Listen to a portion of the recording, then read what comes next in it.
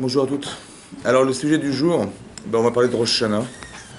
On va essayer de définir qu'est-ce que c'est que la fête de Rosh Hashanah, comment ça se traduit au quotidien, c'est-à-dire dans la journée de Rosh Hashanah, comment ça doit, quelles intentions on doit avoir, les kavanos, je veux dire, c'est important de comprendre ce jour aussi. Et on sait, voilà, on est dans une période qui est la période des Louls. Ouais, il y a une période qui s'appelle la période des Louls, qui va ensuite nous amener jusqu'à Rosh Hashanah et Yom Kippour. La période des Louls, oui, c'est une période de réflexion. Oui.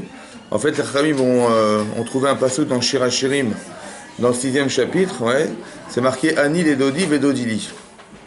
Aroé Bashoshanim, d'accord. Donc on va faire très attention aux mots parce que c'est marqué Ani les Dodi. Je suis pour mon bien-aimé, oui, il s'agit d'Hachem, Vedodili, et Hachem, il devient mon bien-aimé, Li, il devient pour moi quelque chose. Ça va? Mais il y a deux mots, il y a marqué Ani et il y a marqué Li. Ani les Dodi, je suis proche de mon créateur, ouais, je fais dans le sens de mon créateur. C'est pour ça que quand on a la Emunat Hashem, c'est pas d'avoir la Emunat qu'Hachem existe simplement et de faire sa religion. Ouais, je dis voilà, moi j'ai la Emunat, on est traditionnaliste, on a la Emunat Hashem, etc. Et on s'arrange, Shabbat, bon, ça je m'arrange. Bah. Non, quand on est Ma'amin dans la Torah. C'est-à-dire qu'il faut avoir la Emunat Hashem, c'est pas avoir la Emunat de Dieu et je me fais ma vie et je fais ma Torah. Non, il faut faire Hashem et la Torah font un, donc ça veut dire qu'il faut arriver à coïncider sa Emunat avec la Torah, évidemment, c'est comme ça. Ouais, on va être mitgaber contre les Tzara, il va falloir s'engager dans des bisvots. C'est ça la Emunat Hashem, c'est pas de croire en Dieu et décider sa Torah tout seul, ça va? Donc Ani les Dodi. Maintenant, Ani les Dodi, je suis proche de mon créateur, je suis proche de Dodi, donc il y a un langage qui est émotionnel. Un langage d'affection, yédid. Ouais, yédidout, la yédidout, c'est de l'affection. On dit d'Hachem, il est yédid. Ouais, yédid, ça veut dire que yédid, c'est yad beyad. On est main dans la main. Donc il y a quelqu'un qui s'appelle Akash Baruch Hu, avec qui on a un rapport affectif très très fort. Yédidout, ouais. Ani les dodi, vedodili. Donc c'est quoi la différence entre le ani et le li? Oui, comme on dit, il l'a dit, imen ani li, imen ani li, mili. Ça va? C'est quoi la différence entre le Hani et le Li? Oui. Alors le Hani, c'est ce que vous êtes. Ça veut dire tous les attributs qu'on vous donne. Ça veut dire que ça peut être, d'abord c'est familial, c'est tout ce que vous avez, où vous vivez, etc. Ça s'appelle le Hani, ça veut dire ce que vous êtes, ouais. Au niveau de vos compétences, votre intelligence, l'endroit où vous êtes né, vos parents, etc. Tous les avantages et les inconvénients qui font partie de notre caractère aussi, ouais, ça fait partie de ça aussi, ouais, c'est le Hani.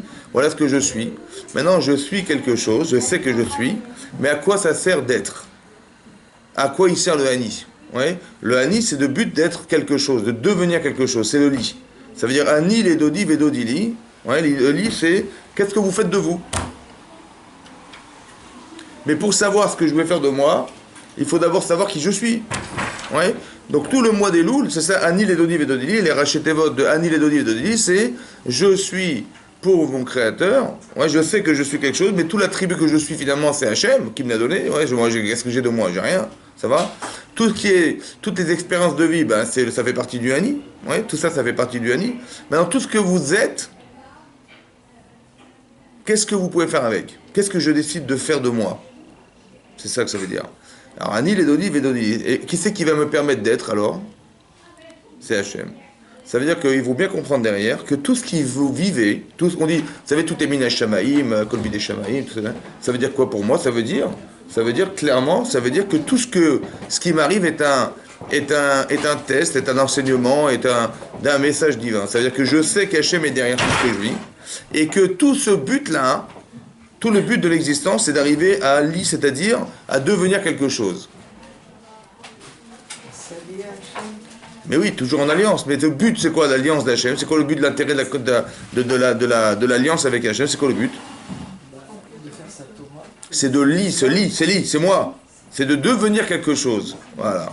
Parce que vous avez tout quelque chose de particulier qui vous lie à vous-même et à Hachem, qui est propre à vous, c'est le Hani. Et le Li. Vous avez compris? Li, c'est personnel.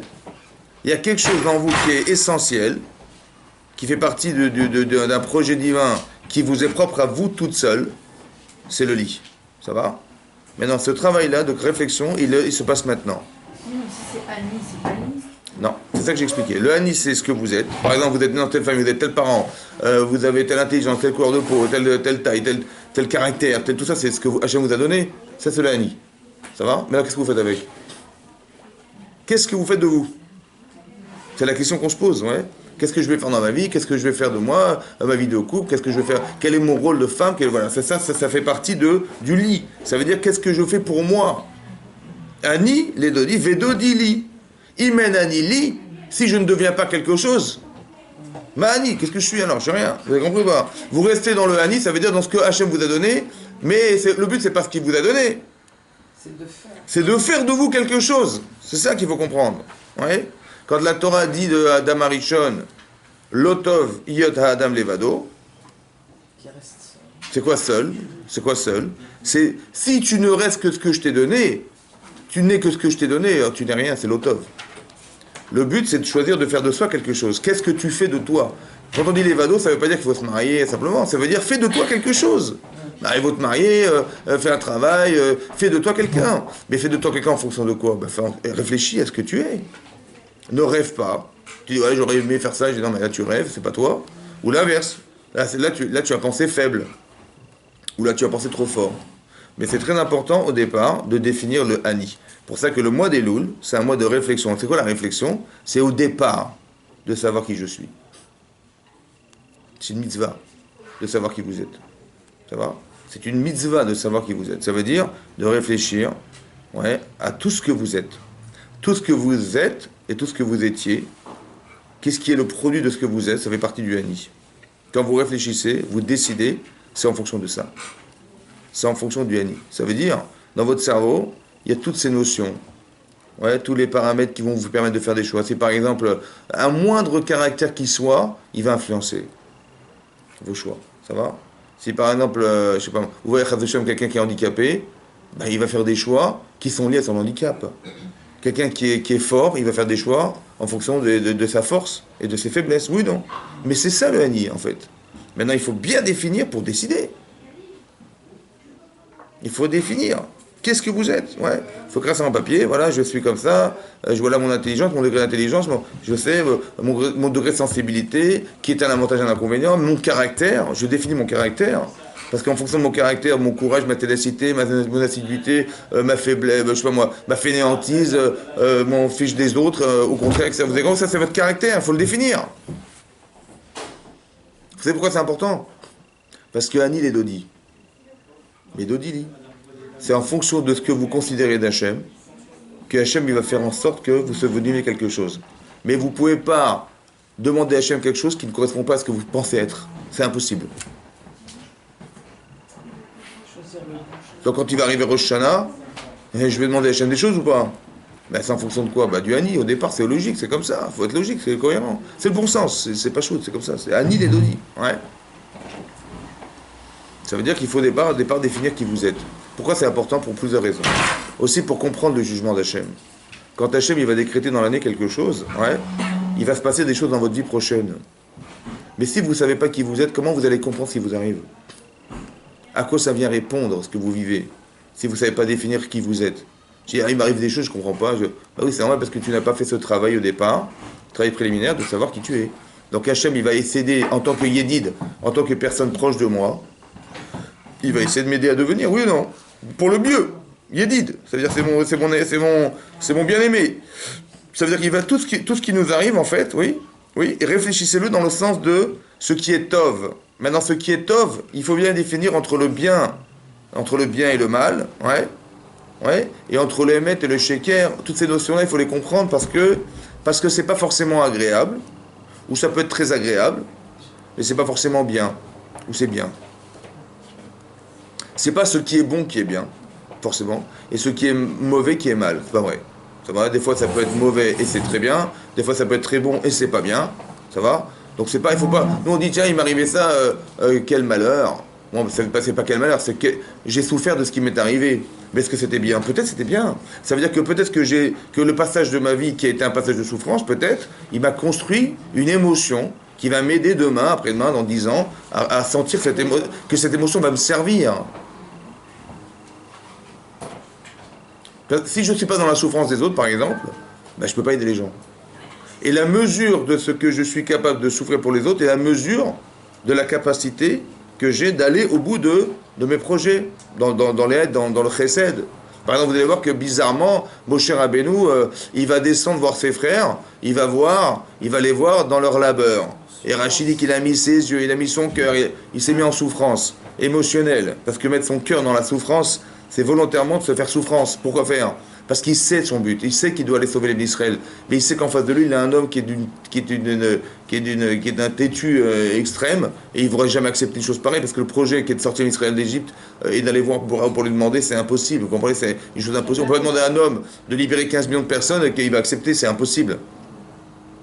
Maintenant, il ne peut pas dire, et il n'a pas le droit de dire, bah, j'ai fait ce que j'ai pu. Et il n'a pas le droit. Il peut dire, bah voilà, j'ai essayé, ça n'a pas marché. En vérité, d'essayer, ça dépend de ta souffrance. Combien tu souffres pour les autres?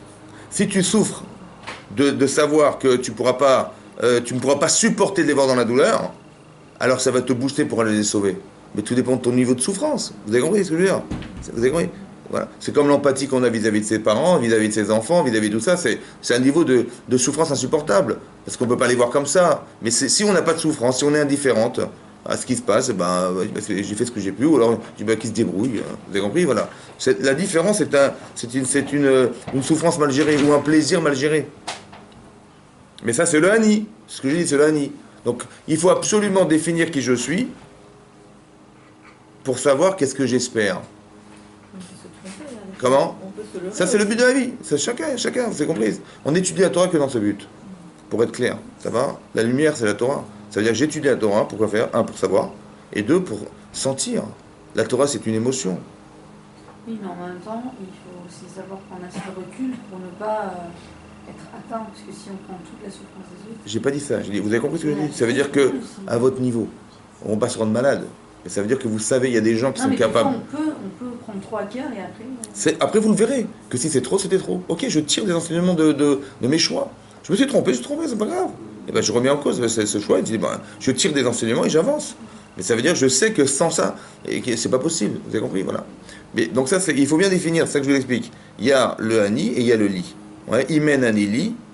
Si je ne deviens pas quelque chose de moi-même, Hani, qu'est-ce que je suis? Ça va?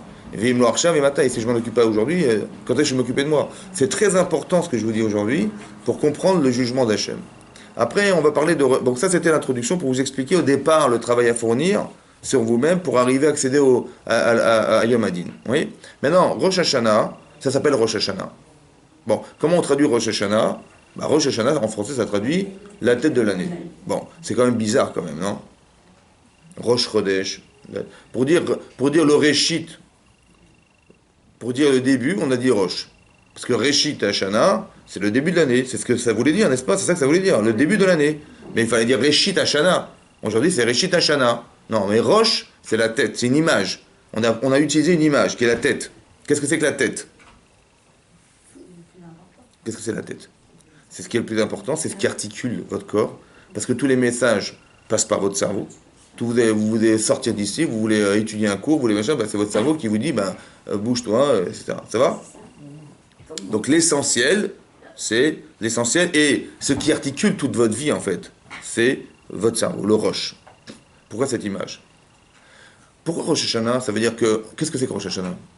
Rosh Hashanah, normalement, chaque nom de fête, chaque nom de fête, comme ça il explique le Raphaël Friedlander, chaque nom de fête, ça correspond à l'essentiel de la fête. Ça va? Sukkot, le Sachar, je sais pas moi, Purim, Al-Shem Apur au nom du tirage au sort, Pessah parce que Passar, Shavuot parce que les 7 semaines qui nous séparent, voilà, l'essentiel de cette fête est retrouvé dans son nom. Mais Rosh Hashanah, en quoi c'est essentiel? Vous savez, c'est un espace temporel qui s'appelle le début de l'année. Voilà, c'est important en fait la nouvelle année. Non, il fallait dire Yom Hadin. Ce jour-là, il contient quelque chose de très fondamental qui est le jour du jugement. L'homme est jugé à Rosh Hashanah, l'être humain est jugé à Rosh Hashanah. Donc il fallait appeler ce jour Yom Hadin. Non, il s'appelle Rosh Hashanah. C'est bizarre. Rosh Hashanah. Qu'est-ce que c'est que Rosh Hashanah? Alors on sait, la Mishnah dit qu'on passe tous devant Hachem ce jour-là. Quel est le sens du jugement? Quel sens donner à ce jugement d'Hachem? Est-ce qu'on va juger quoi? Est-ce qu'on juge le passé? Est-ce qu'on juge le présent? Est-ce qu'on juge le futur? Ça, c'est une chose à comprendre. Quel est le sens du jugement? Ça veut dire, quand je vous dis le sens du jugement, ça veut dire quoi? Ça veut dire quoi? On va vivre, mourir? C'est ça le jugement d'Hachem? Il n'y a rien d'autre? Hein? C'est ça. Ouais, il y a marqué, parce que la Gemara d'expliquer là-bas dans Rosh Hashanah, il dit il y a Shlosha Sfarim, Niftachim Rosh Hashanah, il y a 3 livres ouverts devant Hachem à Rosh Hashanah. Il y a le livre des Tzadikim, des Bénonim et des Rishaim. D'accord? Donc les Tzadikim, c'est les justes. Les Bénonim, c'est des gens partagés moitié-moitié, des moyens. Et les Rishaim, c'est ceux qui ne sont pas moitié-moitié et qui ne sont pas des Tzadikim. Donc si moitié-moitié, c'est 50-50, ce sont des Bénonim, des gens partagés. Ça va? Donc c'est quoi un Tzadik? Ben, c'est celui qui est au-dessus de la moyenne. Ça va? Et c'est quoi un rachat? Qui est en dessous de la moyenne. Tosfot, il pose la question là-bas, il dit, c'est bizarre parce que des gens au-dessus de la moyenne, on en connaît. Il y a des gens, c'est des gdolim. Des gdolim, des gens, des grands de la Torah. Ouais. Donc s'ils sont morts dans l'année, ça veut dire qu'on a jugé que quoi? Qu'Aroshadeh, c'est rachat. Ah bon, mais ils sont au-dessus de la moyenne. Et si quelqu'un, imaginez-vous Hitler en 1944, il avait tué environ 50 millions de personnes, et lui, à Rosh Hashanah, en 1944, on a dit qu'il a vécu en 1944 ou pas? Oui ou non? Donc en 1944, Oui. il a vécu Hitler ou pas? Oui, il a vu. Très bien. Donc c'est-à-dire qu'on a décidé à Rosh Hashanah qu'il était... Moitié. Ben non, il a vécu. Tzadik, c'est pas possible. Ça n'est pas possible. Il a tué 50 millions de personnes déjà. Ça. Donc comment ça marche? Alors il explique Tosfot, il dit qu'en fait le jugement de Rosh Hashanah, il n'est pas de savoir qui va vivre ou mourir, mais on juge en fait essentiellement la spiritualité de la personne. Après, on va comprendre ce que ça veut dire vivre et mourir. Ouais, c'est quoi vivre et mourir? Parce qu'on voit que, par exemple, Papon, qui était un des ministres en français à l'époque de la guerre, ouais, il a déporté 75 000 personnes quand même. Il a vécu 92 ans. Donc c'est un peu problématique. Donc c'est quoi Sifrei Chaim? Qu'est-ce qu'on appelle Chaim? Est-ce que c'est respirer? C'est pas respirer? On voit que... Et puis c'est un peu contradictoire parce que d'un côté, on dit qu'on a un mazal. La Gemara Shabbat a dit qu'on a tous un mazal, donc on va vivre tant et tant d'années. Mais comment ça se fait qu'on sait qu'on va vivre tant d'années et que c'est quoi? C'est remis en cause par le jugement? Hein? C'est bizarre, c'est pas logique. À part ça, si on est jugé, et aussi il faut comprendre la logique de Rosh Hashanah, c'est-à-dire, si vraiment on parle d'un jugement, ça veut dire que voilà, on va juger cette année si on va vivre et mourir l'année prochaine ou pas. Oui? Pourquoi ce jour, il est le premier jour entamé de l'année? Normalement, quand on est jugé, je sais pas, on passe un examen, je sais pas, avant de rentrer dans la nouvelle année. Oui, c'est logique. Oui, donc, si c'est un examen de conscience, il fallait faire ça la veille de Rosh Hashanah, la veille, le dernier jour du mois d'Elul. Voilà, on est jugé, et si c'est bon, ben, on passera l'année, et sinon, ben, ça passera pas. Mais non, on entame l'année et on nous juge. C'est pas logique. Autant que c'est pas logique qu'on ait fait Rosh Hashanah avant Kippour. Parce que la Teshuvah qui permet d'accéder à l'année, elle est à Kippour. Or, c'est 10 jours après qu'on soit rentré dans l'année qu'on nous dit, c'est comme ça que vous rentrez, je sais pas, dans une yeshiva, dans un séminaire, on vous dit, bah écoutez, vous allez rentrer au séminaire pendant 10 jours, et dans 10 jours, on va faire un test, voir si vous méritez de rester. Et j'ai pas compris, non, il valait mieux tester avant. C'est frustrant de rentrer dans l'année, on rentre au séminaire toute contente, et on vous dit, bah on verra dans 10 jours si vous êtes capable de rester ou pas. Donc c'est quoi l'ordre des choses? C'est quoi Rosh Hashanah? Le Tosfot explique que Rosh Hashanah, c'est spirituel. Le Rav Dessler aussi il explique comme ça que, en vérité, on va juger l'essentiel. Parce que, vous savez, il y a 2 jours à Rosh Hashanah. Bizarrement, il y a 2 jours. Pourquoi c'est bizarre? Parce qu'on dit la même tefila le premier et le deuxième jour. On dit Ayom Harat Olam, Ayom Yamid Bamishpat, Hachem il se tient au jugement. Mais le premier jour, il est mis à Torah, mais le deuxième jour, il n'est pas mis à Torah.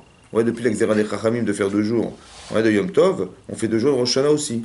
Mais qu'est-ce que ça veut dire de faire un Yom Adin Miderabanan? Hachem, il va nous juger Miderabanan. Ah bon? Bon. Alors il explique, le Rav Dessler, il dit qu'il amène un Zohar dans la Parashat Pinchas, qui explique qu'en fait, il y a 2 jours. Parce qu'en fait, il y a 2 jours. Depuis quand il y a 2 jours? Il n'y a pas eu toujours 2 jours. Il n'y a pas toujours eu 2 jours de fête. Il y a eu un jour de fête. Et dit l'Agman en Betsa, qu'à un moment donné, on a dû faire 2 jours. Pourquoi? Parce qu'on avait tardé à amener un korban de Rosh Chodesh. C'est-à-dire qu'on avait attendu les Didim, les témoins qui devaient venir pour annoncer Rosh Chodesh, ils ne sont pas venus. On a dit, ben, c'est un jour de Chol. Et on a fait un korban de Chol, de Mincha de Chol. Et les témoins sont venus après, et c'était Rosh Chodesh. Et dorénavant, c'est terminé, on fera 2 jours. Ça va? C'est ça, c'est la Xéra qu'ont fait les Chachamim. Mais en fait, elle est articulée par une notion qui s'appelle, parce que c'est marqué dans le Passouk, Davarium Beyomo. Davarium Beyomo. une chose dans son jour, une chose de jour dans son jour. Et là-bas, il explique le jour, c'est quoi Yom et Yomo? C'est les 2 jours de Rosh Hashanah. Et là-bas, le Harizal explique que pourquoi il y a 2 jours?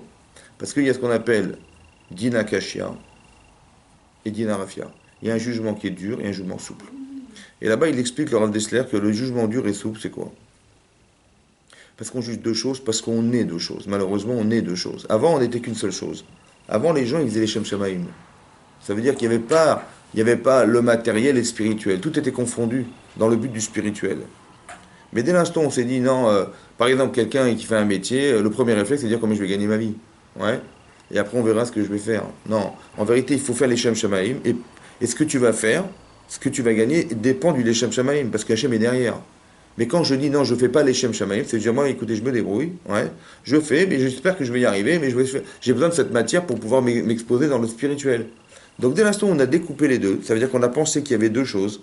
Dès l'instant où on a pensé chez l'Olishma, c'est ça qu'explique le dessert, c'est pour ça que le Korban, il a tardé à venir. Parce qu'Hachem a jugé qu'il fallait faire 2 jours, pour renforcer le Lishma. Ça va? Avant que ce n'était pas nécessaire, alors il n'y avait qu'un seul jour. Mais maintenant qu'on a détaché les deux, parce qu'il y a pour nous la matière et il y a pour nous le spirituel. Ouais, les gens, qu'est-ce qu'ils font en Shana? Ils prient pour la parnassa, ils prient pour... Donc vous avez compris. Et en espérant que grâce à l'argent, on va pouvoir faire des mitzvot. En vérité, vous savez quoi? C'est exactement l'inverse. C'est parce que tu es spirituel qu'Hachem il te donne. Comme c'est marqué dans le verset, Ve'aya imshamwa tishmol mizotai. Et voilà que si tu écoutes mes mitzvot, etc., natati metarar tsechem be'aito yomal kosh. Vous avez compris? Je mettrai des pluies dans ton terrain. C'est pas l'inverse qui est marqué. Il n'est pas marqué, mais je vais mettre des pluies, comme ça tu pourras faire les mitzvot. C'est exactement l'inverse. Ça veut dire que l'essentiel, c'est spirituel. Et c'est parce qu'on est spirituel que Hachem, il peut nous dire, bah tiens, tu vaux la peine d'exister, alors on continue un projet ensemble. Et je te donne les moyens qui te permettent d'accéder au spirituel. Mais c'est pas l'inverse, qu'on entretient de la matière pour espérer, grâce à ça, atteindre le spirituel. L'essentiel, c'est ça. Quand le Tofot explique que c'est l'Olam Haba, ça veut dire quoi l'Olam Haba? Ça veut dire qu'il faut que j'y réfléchisse au Ani, qui je suis, et qu'est-ce que je peux faire de moi dans le spirituel. Vous avez compris? Chacun à son niveau. C'est nous, en fait, qui à la base séparons le matériel du spirituel. Dans votre tête, on le sépare automatiquement parce que on est confondu entre les deux. On a du mal à se passer de l'un et de l'autre. C'est dur. C'est vrai que c'est dur. Ouais. Donc c'est dur, donc c'est une réalité. Et on fait plus attention à ce qu'on voit qu'à ce qu'on est, en général. Donc on est forcément dans cette spirituelle, dans cette logique que de mettre la matière avant tout. Ça va? Et après on verra. Si on s'en sort, on fera les mitzvot, voilà. Vous avez compris? Mais d'abord, le premier réflexe, c'est de penser à soi. Dès l'instant où on est rentré dans cette logique-là, il y a eu 2 jours de Rosh Hashanah. Ça veut dire qu'on va juger le premier jour l'essentiel. C'est quoi l'essentiel? Explique le Rav Dessler. Il explique le Rav Dessler avec le Sforno plein de qu'il explique que l'essentiel, c'est qu'est-ce que l'essentiel du monde? Qui c'est qui fait tenir le monde? Il y a quelques tzadikim qui font tenir le monde. Ça va? Pour qui le monde a une raison d'être. Nous, on est des artifices de tout ça derrière. Alors vous dites, le Rav il a dit, et le Rav il dépend de tel Rav, etc., de tel Gadol dans la Torah. Le Gadol, il donne une direction. Le premier jour de Rosh Hashanah, on juge l'essentiel du monde. Ça veut dire, l'essentiel, est-ce que ça vaut le coup de continuer? Est-ce que le projet des Gdolim, des grands de la Torah, c'est un projet qui est cohérent et qui peut s'envisager? Ça, c'est une chose. Et aussi, on juge les autres, c'est-à-dire 99,9% des gens de la population du monde, qui est-ce que eux-mêmes, essentiellement, méritent de pouvoir s'associer à ce projet spirituel. Donc on juge, le premier jour, l'essentiel de la raison d'être du monde. Par exemple, c'est marqué, pourquoi Hachem a créé le monde? Alors c'est marqué, Bereshit bara Elohim et Hashem et haaretz. En fait, dans ce verset, c'est marqué les intentions profondes qu'Hachem il avait de créer le monde. Bereshit, c'est Bishvil Reshit. Ouais. Le Reshit, c'est le début, c'est le commencement. Mais la Dracha, ça c'est le Pshat. La Dracha, c'est Bereshit, Beshvil Reshit. C'est quoi le Reshit? Reshit Darko, Reshit Tevuato. Reshit Darko, c'est la Torah. Reshit Tevuato, c'est le Klal Israël. Le but ultime de la raison de la création du monde, c'est pour la Torah et Klal Israël. Ça va? C'est que ça. Le reste, c'est que pour alimenter ces 2 notions. Vous avez un aéroport à Roissy. Le but de la création de cet aéroport, c'était de faire des mitzvot avec, c'est tout, basta. Après, vous avez des milliards des millions de vols tous les ans. En vérité, c'était pas pour ça, c'était pour juste qu'on puisse partir en Israël, faire des mitzvot avec en prenant l'avion, c'est tout. C'était que pour ça. Vous avez un téléphone, c'est pour faire des misotes. Non, mais les gens ils communiquent, ils travaillent. Non, mais c'était que pour ça. Bereshit, bara Elokim, Tachem Taretz. Est-ce que vous vous rendez compte de ce que ça veut dire? Ça veut dire que si vous êtes juive, vous faites partie du projet du départ de Bereshit. Il y a des milliards de personnes sur la Terre et on vous a choisi, vous, pour composer ce projet. Vous vous rendez compte de ce que c'est ou pas? Mais non, vous en particulier. Vous en particulier. C'est-à-dire vous en tant que juif, identité juive, mais vous en tant qu'identité. Ani les dodi vedodili. Anochi Hashem Elokecha Asherot Seticha. Hashem, je suis ton Dieu, il n'a pas dit je suis le vôtre. Ça veut dire qu'on a un rapport particulier privé avec Hashem. Parce que vous avez une particule qui vous est essentielle, qui est la vôtre. Vous savez, c'est marqué dans le Zohar que rachetez votre Israël. Rachetez votre Israël. C'est quoi? Rachetez votre les premières lettres, chaque lettre de chaque. C'est Yesh, Shishim, Ribo, Otiot, la Torah. C'est ça Israël. Mais pourquoi on a associé Israël avec la Torah et les 600 000 lettres? Il y a 600 000 personnes qui sont présentes au Har Sinaï, il y a 600 000 lettres.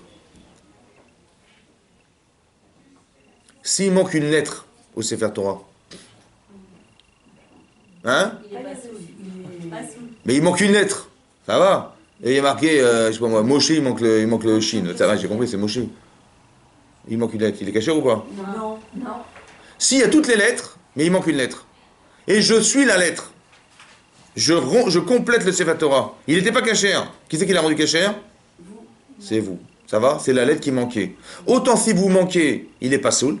Autant si vous complétez, il est caché. Qui c'est qui rend pas soul, qui rend caché? Mais vous, sur le plan collectif ou individuel? Mais vous vous rendez compte de ce que vous êtes ou pas? Est-ce que vous vous rendez compte de ce que vous êtes? C'est ça, Ani les Dodi. Les Dodili. Est-ce que vous êtes des numéros? Mais non. Est-ce que j'ai le droit de négliger cette importance? Est-ce que j'ai le droit de négliger le rapport que j'ai avec Hachem? Est-ce que j'ai le droit de trahir son projet? Tamlichouni alechem, dit Hachem. Rendez-moi roi. Ani les Dodi, je te rends roi. Ça va? Ça, c'est Rosh Hashanah. Ça veut dire qu'il faut comprendre qu'est-ce que vous êtes. La chashivout que vous devez considérer de vous. Vous n'êtes pas n'importe qui. Je n'ai pas le droit de négliger ce que je suis. Parce que, Ani les Dodi. Mais quand, vous savez pourquoi on néglige? Parce qu'on ne sait pas se définir. Parce qu'on est négligeable. Alors on est négligent. Parce que qu'est-ce que je vaux tout ça? On n'est rien du tout, nous. C'est qu'on est sur la terre. Mais vous êtes énorme sur la terre. La raison d'Hachem qu'il a créé le monde, c'est pour vous.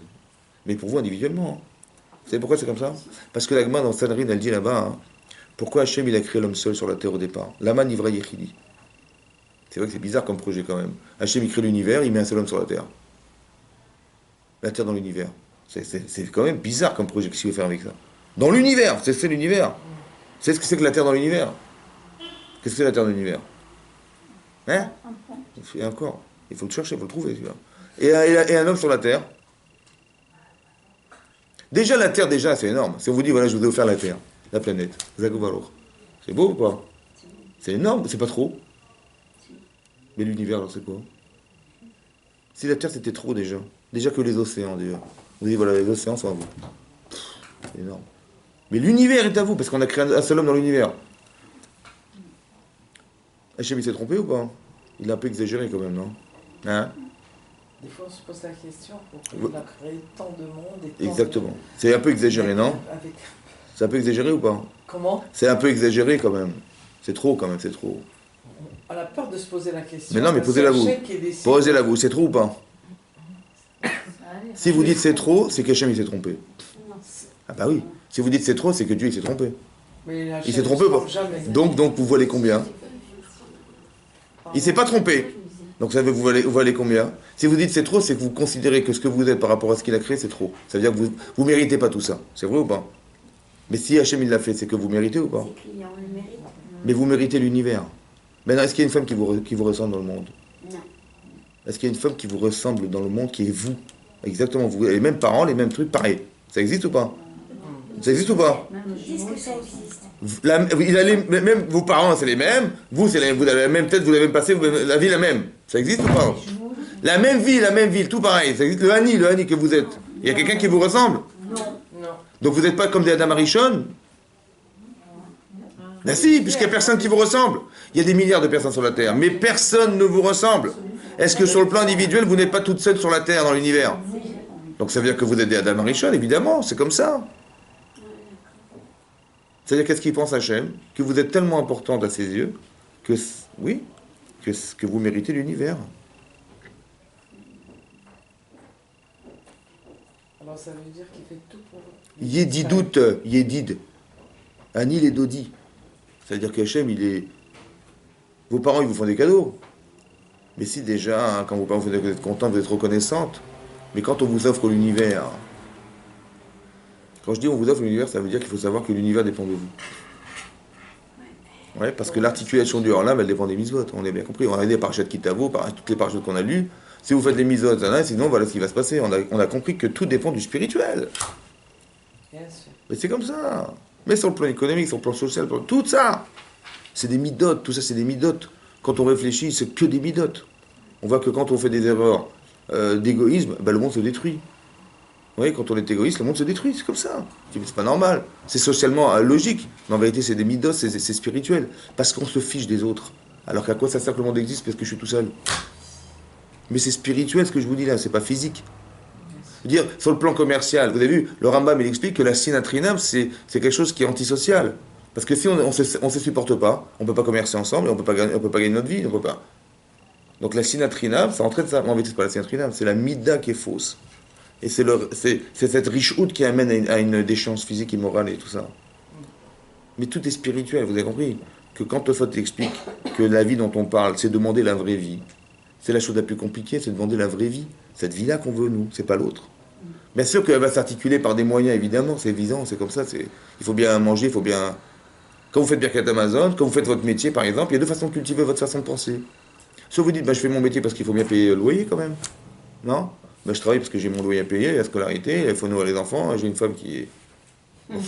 etc. Donc c'est comme ça, on vit comme ça. Mais on vit avec des dettes en fait, vous avez compris? Je travaille parce que je sais combien ça me coûte de vivre.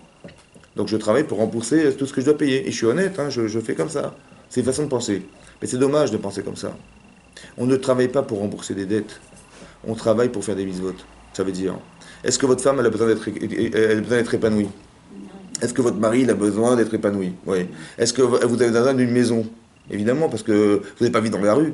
Est-ce que vos enfants ils ont besoin de suivre une scolarité? Évidemment. Parce que j'ai une mitzvah d'enseigner la Torah à mes enfants, et j'ai besoin de leur apprendre un métier, et j'ai une mitzvah de les marier, donc j'ai besoin d'argent. Mais c'est pour les marier, c'est pour leur apprendre un métier, c'est pour les rendre indépendants. Donc je ne paye pas la scolarité parce que j'ai une dette vis-à-vis de l'école, c'est parce que ce que j'aurais dû faire moi, c'est eux qui l'ont fait. Merci, bon Dieu, merci. Donc ça se paye ou pas? Mais c'est quand je paye, je fais une mitzvah. Mais quand je travaille, je fais une mitzvah.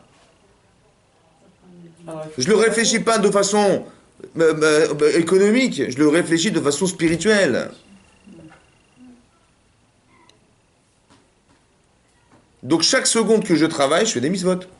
Alors que si je pense matériel, je dis la mitzvah que j'aurais fait d'avoir payé la scolarité à l'école, elle se fera à la fin du mois.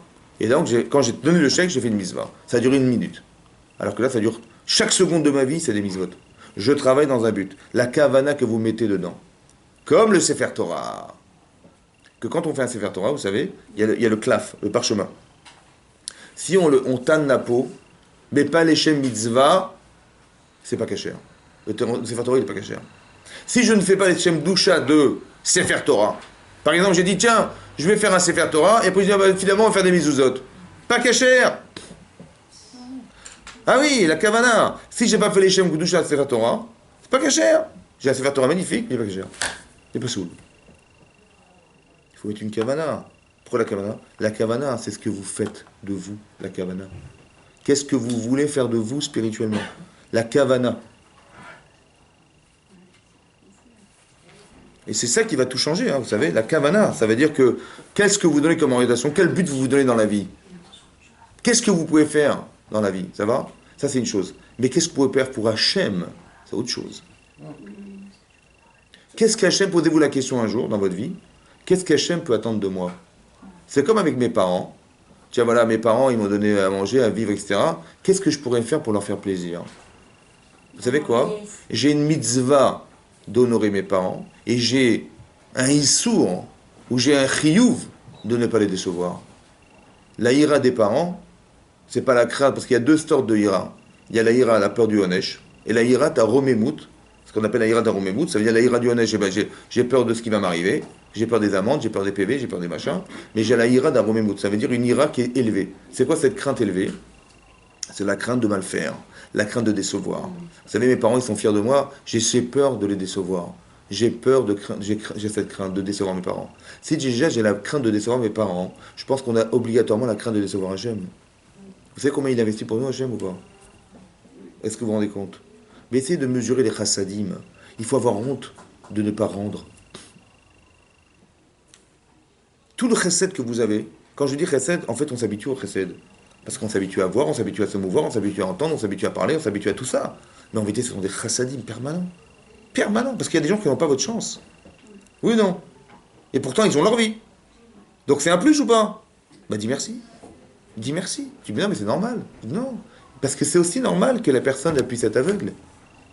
Parce qu'elle vit une normalité qui n'est pas la même, mais c'est normal. Elle vit sa vie à elle. Ça va? La normalité, elle est relative non pas aux critères que je donne, mais ce qu'a choisi Hachem. Maintenant, vous avez plus qu'elle. Vous avez plus. Merci. Merci Hachem. Ouais. Quand on se lève le matin, on dit Modéani, il fallait ou pas? Et ça fait 50 ans qu'on se réveille. Mais non, mais même, Modéani, chez Chezata Benishmati. Merci Hachem. Voilà, je vis encore un jour de plus. Merci Hachem. Ouais. Maintenant que je remercie Hachem du fond du cœur, est-ce que j'ai le droit de trahir cette relation? Est-ce que j'ai le droit de ne pas de décevoir Hachem? C'est l'Aïrat Hachem. Mais attention, Hachem, mes parents ils m'aiment, hein, mais Hachem, c'est sans limite. Vous avez compris? Est-ce qu'Hachem il a une limite? Mais dans la Hava, il n'en a pas non plus. Hein. Donc combien il nous aime Hachem? Mais nous on croit que Dieu, vous savez ce que c'est Dieu? C'est le juge. Yom Hadin, il est là pour nous juger, on est au tribunal. Est-ce qu'on est au tribunal? Oui, on est au tribunal, mais c'est qui le juge? Hein? C'est votre père, mais c'est vrai qu'il y a une notion de père, vous avez raison. Avinu Malkenu. Mais il faut comprendre ce que c'est le père au maximum. Est-ce que mon père, il veut me juger? Ou il veut m'aider? Est-ce que le jugement qu'il va prononcer pour moi, c'est un jugement qui va me condamner? Hein? Non. Essayez de le réfléchir comme ça. Vous avez un partenaire en face de vous qui est Hachem. Vous n'avez pas le président de la République américaine, qui a aussi des pouvoirs, qui a beaucoup d'argent, qui a des pouvoirs politiques. Si c'était lui, c'était déjà pas mal. Mais c'est pas lui, c'est Hachem lui-même, le créateur du monde. Vous vous rendez compte de l'avantage que vous avez ou pas?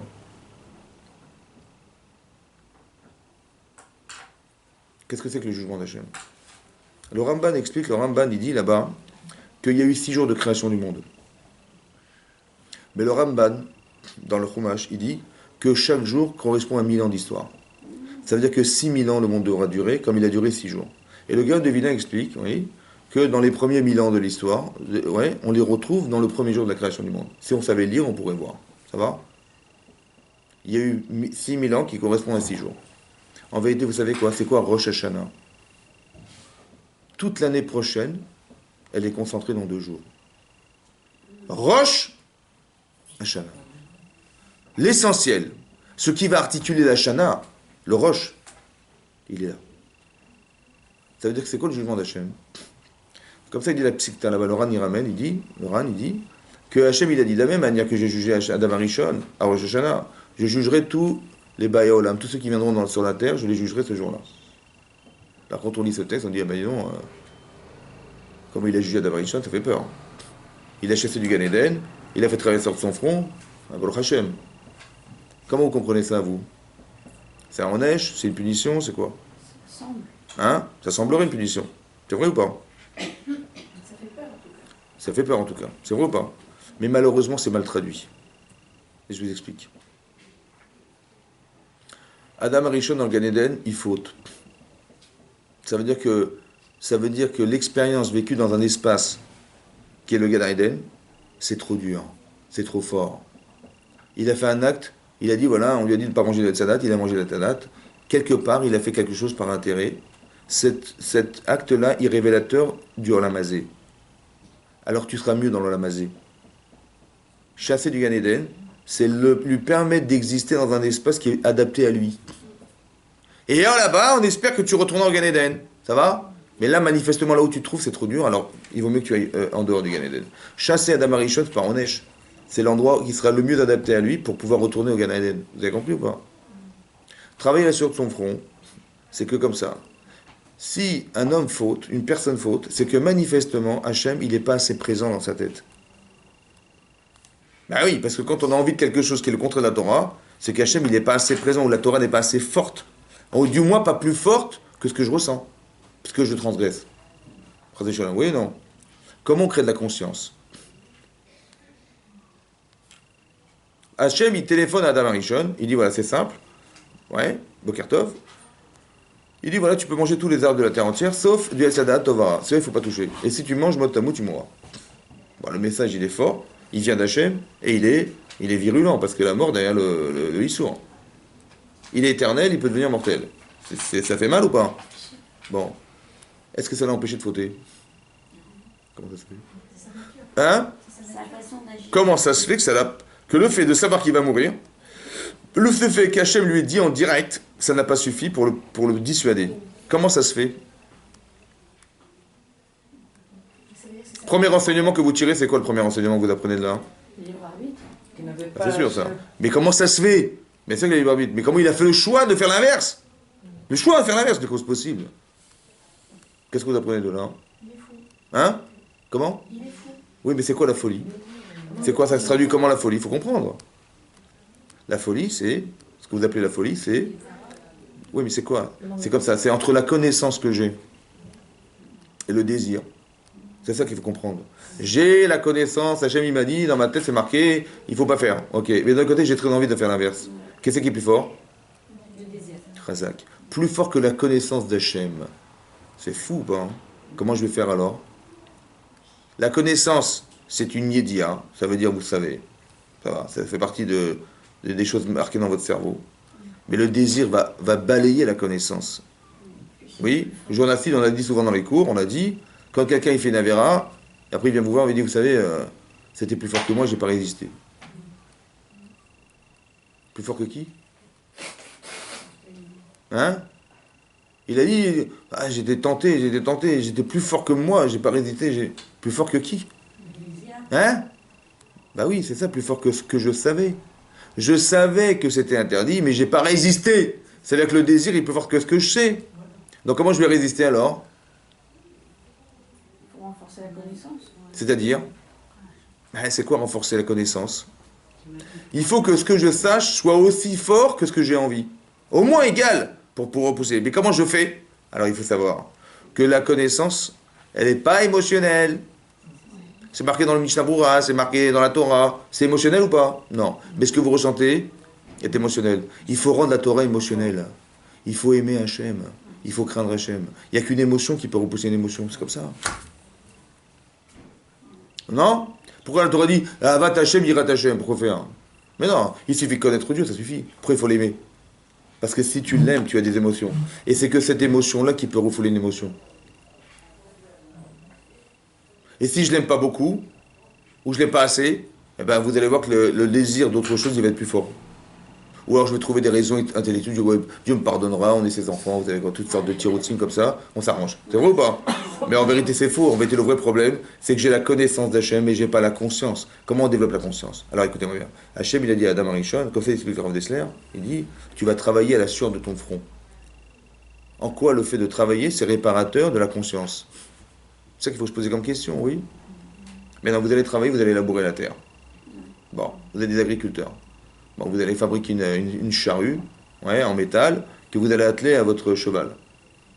Bon, vous allez lancer la charrue, allez, drop, comme on dit chez nous, et le cheval, il démarre. Et il va commencer à labourer. Et tout à coup, ça bloque et la charrue, elle se casse. Pourquoi? Parce qu'il y avait un rocher sous la terre. Et moi, je ne l'avais pas vu. Bon, qu'est-ce que vous allez faire? Il faut manger demain. Comment vous faites? Vous allez prier Hachem, parce que vous n'avez pas la faculté à voir sous la terre, de dire écoute, je t'en prie Hachem, je t'en supplie, qu'il n'y ait pas de rocher là. Sous la terre, je laboure, je ne peux pas voir. Bon, vous allez labourer 50 mètres, vous allez faire 3-4 sillons, bon Hachem, ça y est, c'est bon ça. Mina Shemaim, je vais être soulagé parce qu'il ne s'est rien passé, tout a bien marché. Baruch Hashem. Grâce à la prière, hein. Bon, grâce à Dieu. Baruch Hashem. Après, vous allez commencer à semer. Vous allez faire 50 mètres et vous allez voir les pigeons qui commencent à manger vos graines là-bas au bout, là-bas. Oh là là là là là. Attendez, c'est pas possible. Tout ce travail pour rien. Je t'en supplie, Hachem, fasse qu'ils aillent trouver leur parnasse ailleurs, qu'ils mangent ailleurs, qu'ils mangent ailleurs. J'en supplie, c'est pas possible, comment on va faire? Et vous priez, vous pleurez, parce que c'est pas possible. Et bon, vous semez, et bon, Hachem, les pigeons sont pas venus. Bon, après vous attendez. Mais il pleut pas, hein. Il pleut pas. Ça pour ça jamais il pleut pas. Bon, vous criez, vous pleurez, il faut qu'il pleuve. Et il pleut. Vous avez compris? Après vous attendez, l'hiver il commence à devenir un peu froid, ça devient rude, hein. J'ai peur que ce qui va pousser il va neiger, il va faire froid, ça va geler. Je t'en supplie Hachem qui gèle pas, je t'en supplie. Après ça pousse, après il y a les arbres sauvages, après les machins. Et puis ça pousse, etc. Vous arrivez à Shavuot, vous récoltez vos trucs, votre blé, vous le séchez, et vous faites de la farine, et vous faites vos baguettes. Et vous faites vos petites ralottes. Bon, quelle saveur elle a la challah? Est-ce que c'est la challah du l'hyper cacher? Ah non, c'est marrant, hein? Parce que hyper cacher, j'étais en bas, j'ai acheté 2 € la challah, et on l'a mangé Shabbat. Aucune émotion. Mais celle-là, elle a une émotion ou pas? C'est quoi cette challah? C'est quoi le challah? La challah, c'est le produit de tout votre émouna. Ça va? Combien de fois vous avez pleuré? Combien de fois vous avez été soulagé? Combien? Vous savez quoi? Vous êtes tributaire d'Hachem. Mais Hachem, il a créé des manques. Parce qu'il aurait aimé que vous sachiez que c'est lui, que de lui que tout dépend. Et quand vous allez voir que ça ne marchera pas, c'est parce que peut-être qu'il fallait que ça dépende de lui. Et là, vous allez lui demander et ça va marcher. Et quand ça va marcher, vous allez voir le soulagement que ça vous procure. Ça va lui donner du poids à Hachem. Et c'est ça la émounat Hachem. Elle est émotionnelle. Vous savez, on a lu la parashik Tavo. Ouais, c'est quoi qui Tavo? Le début, c'est les bikurim. C'est quoi les bikurim? Les prémices. Vous savez quoi? Grâce à Dieu, j'ai gagné ma vie. Eh bien, je donne à Hachem quelque chose, en reconnaissance. Oui ou non? Oui. Mais ça crée une émotion ou pas? Oui. Est-ce que vous pouvez trahir cette émotion maintenant? Non. Eh bien, c'est ça qui vous empêchera de faire des vérotes. Anil et Dodi. Est-ce que Dodi existe? Vous savez pourquoi on fait Rosh Hashanah Yom Kippour? À quoi ça sert de faire Teshuvah si Hachem n'est pas présent? Dans votre tête, il est présent ou pas? Tu vois, mais j'ai fait Teshuvah. Mais à qui t'as fait Teshuvah? Devant qui t'as fait Teshuvah? Ben devant le mur. Ah non, fais Rosh Hashanah. Fais Rosh Hashanah. Rends Hachem Melech. Hachem Melech, Hachem Malach, Hachem Loch L'Olam Vaed. Rends le Melech. Répète.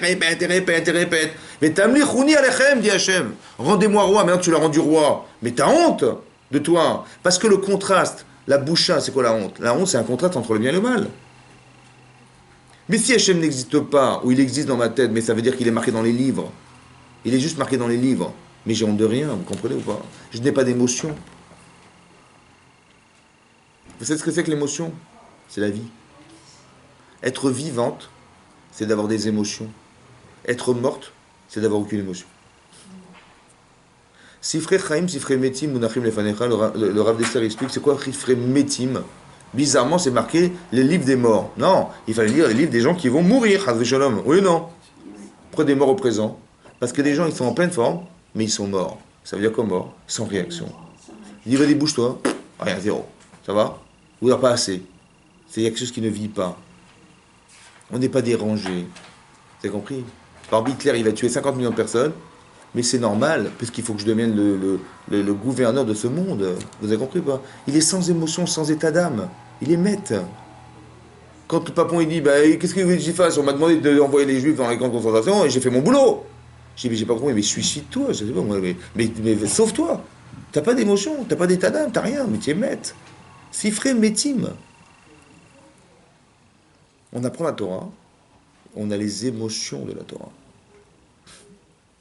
Parce qu'on ne peut pas faire Teshuvah si on n'a pas honte de soi. On ne peut pas faire Teshuvah si on n'a pas de regret. Mais quand tu vas arriver, comment tu vas le regretter à Kippour si tu n'as pas créé l'émotion à Rosh Hashanah? C'est pour ça que Rosh Hashanah précède Kippour.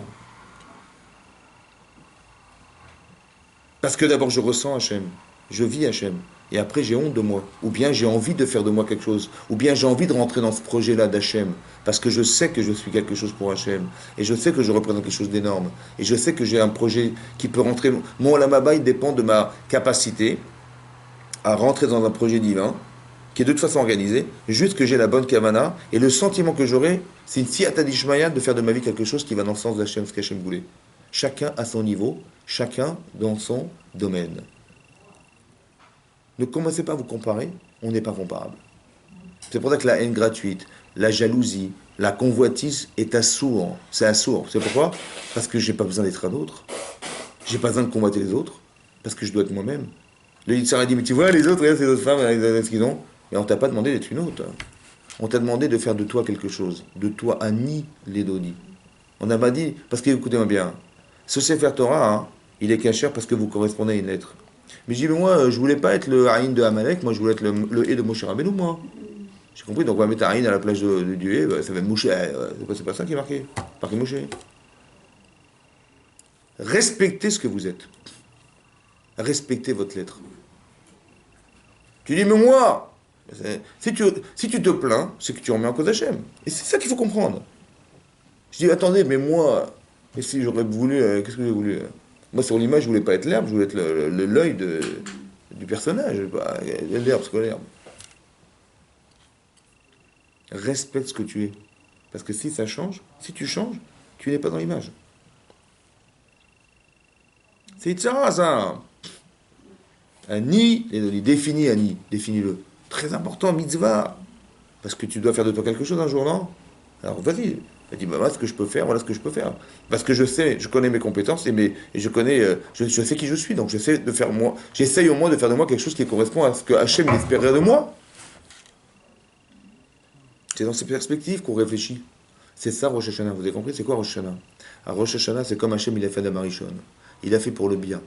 Le bien, ça veut dire, tu vois ce qu'il a gagné maintenant? Il est Mahamin, Adam Arishon.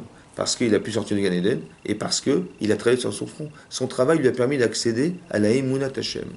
Réel. C'est ça qu'Hachem il a comme projet. Ça veut dire, dans l'idée, c'est comme ça. Écoutez-moi bien. Ce qu'Hachem va penser à Rosh Hashanah, c'est ce qui est le mieux pour nous l'année prochaine. Quand Hachem il a décidé que Moshe Rabbeinu, à 3 mois, il serait, adopté par la fille de Paro, c'est les Tovato. Tu dis, mais qu'est-ce qui va devenir dans cet enfant, dans ce palais de royaume? Qu'est-ce qu'elle va devenir, Rivka, fille de Bethuel, sœur de Lavan, à Padan Aram? Elle est la fille d'un rachat, la sœur d'un rachat, elle vit parmi des Réchaïm. Vous savez qui c'est cette femme? C'est la femme d'Yitzhak, qui a fait la Hakeda d'Yitzhak. Respecte ce que tu es, parce que Hachem, il a décidé pour toi quelque chose d'énorme, là où tu vis, là où tu es né, là où tu dois évoluer. C'était le meilleur endroit du monde parce que j'ai la Emunat Hachem. Ça va? Ça veut dire que ce qui Hachem il a décidé. Mais pour le bien. Ce qu'il va décider, c'est pour le bien. C'est quoi le bien? C'est ce que vous allez devenir. Il va mettre en éveil ce que vous êtes. Le Ani, il doit devenir un lit. Ani, le livre est Dodili. Imen Anili, Anili. C'est ça que j'espère devenir. C'est le lit que je veux devenir. Mais qui c'est qui va me le permettre? C'est Hachem. Donc tout ce que vous allez vivre, c'est un projet qu'Hachem il a en tête, de vous permettre d'atteindre jusqu'à l'année prochaine quelque chose qui s'appelle vous. Quand vous voyez évoluer, il s'est passé des choses dans votre vie, n'est-ce pas? C'est-à-dire que ce que vous avez vécu était la réponse à la question qu'on s'était posée au départ. Moi, quand j'ai défini qui j'étais avant Rosh Hashanah, j'ai dit, voilà, je sais que je sais ça, j'ai envie de bonifier ça. Voilà, j'apprends la Torah, j'ai des shiurim, machin, mais j'ai envie de renforcer cette Emunat Hashem, j'ai envie de renforcer mes émotions, j'ai envie Hashem d'écouter des shiurim, j'ai envie d'avoir le temps de pouvoir le faire, etc. Je t'en supplie, donne-moi ce temps-là, j'ai envie d'évoluer. Ça va? Mais ça, c'est un projet divin que vous avez. Donc, vous demandez à Hashem d'avoir du temps. Hashem va refuser? Ça fait partie d'un projet logique? Eh bien, il va vous donner ce temps. Est-ce que vous allez, et comme vous l'avez demandé, vous allez voir que ça va se vivre. Est-ce que vous avez su définir dans votre personne, ça veut dire ce que vous savez être vous-même, à bonifier, à corriger, à renforcer? Vous savez ce que vous devez renforcer? Vous savez ce que vous devez enlever? Ben, vous allez voir que l'année prochaine, vous allez vivre des choses qui vont renforcer ce que vous avez pensé et qui va éliminer, ben, Hashem, qui vous dérange. Parce que le plus grand psychologue du monde, c'est lui. C'est vrai ou pas? Donc ça veut dire que ce que vous vivez est une réponse. Pas une question. Je dis, il m'est arrivé ça, mais c'est quoi ce problème là? C'est une réponse. Tu as vécu ça, ça a été pensé ou pas? T'as la Emunat Hashem ou pas? Donc ça a été pensé ou pas? C'est ça dire à Kolbi des Shamaïm. Si vous dites oui, à Kolbi des Shamaïm, et alors? Non, à Kolbi des Shamaïm, c'est qu'Hachem, il a réfléchi. Et ce que j'ai vécu a forcément aidé. Essayez d'accepter ce que vous devenez. Si vous ne vous connaissez pas, vous allez être surprise. Vous allez dire, Mathieu, je n'ai pas compris pourquoi ça m'est arrivé. Mais si vous vous connaissez, vous savez pourquoi. Ça va? Ben oui, parce que dans tel domaine, maintenant c'est encore plus fort que de le comprendre et de le demander à Hachem, parce que c'est ça Rosh Hashanah. Il y a marqué dans l'Agma, dans Rosh Hashanah Fiut Bet, l'Agma dit comme ça. Si quelqu'un il est tzaddik le jour de Rosh Hashanah, Gozri Malav Ma'im Merubim. Ça veut dire qu'il aura beaucoup d'eau. On lui donnera beaucoup de moyens. Si entre-temps dans l'année il devient rachat, ces Ma'im Merubim, ces fameuses eaux nombreuses qu'on a décrétées sur lui, elles vont tomber là où il ne faut pas. Dans la mer, dans les ruisseaux, dans les déserts. Si c'est l'inverse. Il était rachat à Rosh Hashanah, on lui a décrété Ma'im Meratim, un peu d'eau. Et il est devenu tzaddik dans l'année, dit l'Agma. Les Ma'im Meratim qu'on a décrétés, elles vont tomber là où il faudra et quand il faudra. Ça va? Vous avez remarqué une chose qui est bizarre, mais c'est comme ça. C'est que les choses n'ont pas changé. Ce qui a été décrété, ça ne bougera pas. Seulement, si j'ai changé moi, alors ça tombera pas où il faudra, quand il faudra. Mais est-ce que ce qui a été décrété changera ou pas? Non. Ça veut dire que ce jour est essentiel. Je vous dis aujourd'hui que c'est comment vous allez être à Rosh Hashanah qui compte. C'est que ce jour-là, il va conditionner toute l'année. Rosh Hashanah. Rosh Hashanah. C'est lui l'essentiel de l'année. Ces 2 jours-là sont essentiels. Préparez-vous à ces jours-là, parce que c'est comme ça qu'Hachem il nous regarde. Ba'asher Usham, c'est pas Stam Lidrashot, c'est d'expliquer, Ba'asher Usham, que ce que vous êtes à Rosh Hashanah, c'est comme ça qu'Hachem il vous regarde. Donc ayez des ambitions. Ayez envie de proposer des choses qui soient envisageables pour vous, en fonction de ce que vous êtes, et dire à Hachem, mais j'ai envie d'avancer, j'ai envie de vivre. De vivre, ça veut dire que j'ai envie que ma vie soit spirituelle, que j'ai des émotions, que je ressente des choses, que je puisse faire tes choix quand j'ai envie d'avoir le courage de me lancer dans quelque chose, que j'ai cette force, la hazout de la Gdusha, j'ai envie, ça, j'ai envie.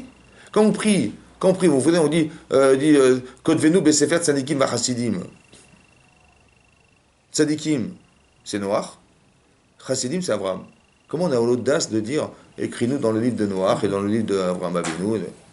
On est des Abraham, nous, on est des. Hein? Non. En vérité, Kodvenu, c'est un espoir. J'aspire à devenir. Comme ça explique Rav Dessler, que la Shiva va se faire. C'est que j'aspire à ce qu'Hachem y inscrive dans moi quelque chose qui me permet d'accéder, de tendre vers un tzaddik, d'être une tzaddiquette, ou bien d'être une chassida, une femme qui fait au-delà du tzaddik. Ça va? J'aspire à ça. Permets-moi d'accéder à ça. Donne-moi la chance de vivre pour ça. C'est ça la tfila. Vous avez compris ce qu'on fait? Mais plus vous allez rendre Hachem Melech, plus il a du pouvoir pour vous, plus c'est possible et c'est réalisable, ce que vous pensez. Vous n'êtes pas en train de vous mentir, parce que vous êtes à la mesure de comprendre qu'Hachem, il est énorme. Mais il peut faire tout pour vous. Il faut en être conscient de ça. Et maintenant que c'est possible, alors j'ai envie que tu révèles en moi quelque chose qui s'appelle le lit. Je sais qui je suis, mais j'ai envie de faire de moi quelque chose. Permets-moi de vivre pour ça. Ça va? Faites-vous un programme. Faites-vous un programme. Tu dis, voilà, j'ai un projet de vie, j'ai envie d'atteindre quelque chose à la fin de ma vie, j'ai envie d'être une grande tzaddiquette. Et bien, petit à petit, j'ai envie d'avancer, j'ai un petit programme. Je me suis fait un programme de shiurim, un programme de chesed, un programme avec mon mari, je vais être béchalom avec mon mari, j'ai envie d'être shalom avec mes enfants, mais ça, j'ai envie d'être une femme agréable, j'ai envie d'être une femme, voilà, je sais que c'est pas toujours facile, mais j'ai envie d'atteindre ce but. C'est spirituel ce que je vous dis, et je demande à Hachem de faire vivre des événements. Et ça va être pensé. Tout ce que vous avez vécu l'année dernière a été pensé à Rosh Hashanah. Tout est concentré dans 2 jours. Et l'essentiel de ces jours-là, c'est de comprendre qui je suis à ce moment-là, instant T de Rosh Hashanah. Hachem, il va juger à ce moment-là. Soyez des tzaddiquettes, ayez des projets forts et spirituels à ce moment-là. Ayez une à vous très forte ce jour-là, parce que c'est de ce jour que tout va être conditionné. Rien ne changera. On ne dit pas, ouais, l'année prochaine on verra, et si ça change, la part de ça va changer. Non, elle est conditionnée par ce jour. C'est ça qui est marqué dans la Gemara. Ça, vous avez compris? C'est ça qui est marqué dans ce jour-là. Que tout est conditionné par le jour de Rosh Hashanah. C'est pour ça que les Khamim ont appelé Rosh et pas Rishit Hashanah. C'est pas un problème temporel. On fait pas le 31 décembre. Le Rosh Hashinouï, Shana, ce qui va changer. Ce qui va changer dépend de ce jour. C'est pour ça que c'est très important de le comprendre. Qu'Hachem, il est là pour nous donner de l'espoir de vivre. Vous avez compris? Quand on s'y ferait frimer, c'est nous, en fait, c'est nous, vous avez compris. Où je vis, où je ne vis pas. Où je suis sensible, où je ne suis pas. Il y a des gens qui vont vivre 90 ans, mais on ne leur proposera pas de vivre. C'est ça que ça veut dire. Hachem, il ne va pas pouvoir s'investir à la mesure de ce qu'eux considèrent. Le rachat, il ne veut pas d'Hachem. Alors Hachem, il veut bien l'aider, mais il ne peut pas l'aider. C'est l'homme qui ferme la porte. Le rachat, il ferme la porte. Donc Hachem, il a du shefa à lui donner, il ne peut pas. Pas qu'il veut pas, il peut pas, parce que l'homme ne veut pas. C'est pas que je lui dis, je vais casser la porte et je vais lui donner. Non, il peut pas. Pourquoi il peut pas, Hachem? C'est pourquoi il peut pas. Parce que c'est marqué dans la Torah comme ça. Quand les Israël, ils ont marqué dans la parashat de Shemot, que quand ils ont enterré comment il s'appelle, Paro, c'est marqué Vaïzarakou à Hachem. Ils ont crié vers Hachem. Vaishma Hachem et Tzakatam. Hachem, il a entendu les cris. Vaïskor et Berito. Abraham Israël Yaakov. Et là, il a dit, je vais les sauver. Bon. Il a fallu qu'on crie pour qu'il nous sauve. Il se rappelle de l'alliance d'Abraham Israël Yaakov. C'est-à-dire qu'avant, il voyait rien. Hein? Ah, il a entendu les Sarakot. Et là, tout à coup, il a envoyé Abraham. Il a envoyé Moshe Rabbeinu. Mais avant, quoi, il ne voyait pas les souffrances de 110 ans d'esclavage. Hein? Pourquoi il a attendu qu'on l'appelle? Il voulait que ça vienne du peuple. Pourquoi il fallait que ça vienne du peuple? Pourquoi? Parce qu'il aime qu'on prie. Mais pourquoi? Attendez, je ne sais pas, vos enfants, vous n'avez pas besoin qu'ils vous disent tous les jours, maman, fais-moi à manger. Parce qu'on peut rien sans lui. Mais pourquoi il fallait qu'on crie? Qu'on crie, c'est fort quand même, non? Si on avait prié, ça aurait pas marché. Il faut crier. Pourquoi? Vous savez pourquoi? Parce que Hachem, il leur a envoyé les Américains, et les Russes, et les Anglais pour nous sauver. Comme il a fait pendant la Shoah. Oui, non? Mais qu'est-ce qu'on aurait dit, nous? Merci l'Amérique. Chazal. Les Américains, on va se convertir au christianisme parce que les Américains nous ont sauvé la vie, à la reconnaissance. Par contre, si je demande à Hachem de me sauver et qu'il envoie les Américains, je dirais merci Hachem d'avoir envoyé les Américains. Vous avez compris ça? Donc Hachem, il est obligé de demander. Vous avez compris? Il est obligé de demander.